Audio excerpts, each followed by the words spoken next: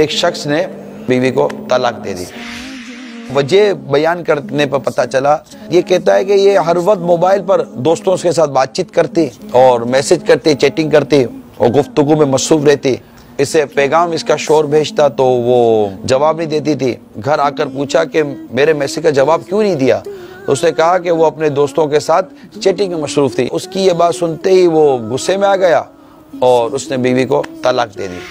کہتے ہیں کہ اس نے کئی مرتبہ بیوی کو سمجھایا تھا کہ گھر پر توجہ دو، لیکن وہ اس کی بات کو نظر انداز کر دیتی تھی اور موبائل پر لگی رہتی تھی۔ کہ سوشل میڈیا اور یہ جو موبائل ٹیلی فونیا ہے نا، یہ اس وقت طلاق کے بڑھنے اور گھر کے ٹوٹنے کا بہت بڑا سبب بن رہا ہے۔ آپ یہ غور کر لیں، جو اسپیشلی جو اسلامی بہنیں ہیں، ٹھیک ہے آپ کے پاس اگر موبائل ہے یا یہ وہ ہے، موبائل کی وجہ سے، موبائل پہ گفتگو کرنے کی وجہ سے، موبائل پر لگے رہنے کی وجہ سے آپ کے گھر کا بہت نقصان ہو سکتا ہے۔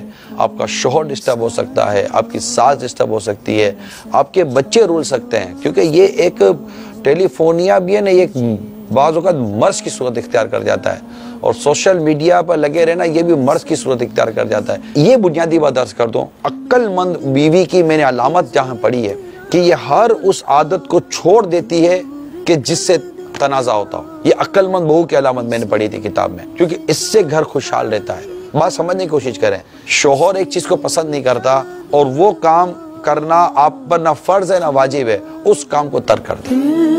میرا دوست ہے۔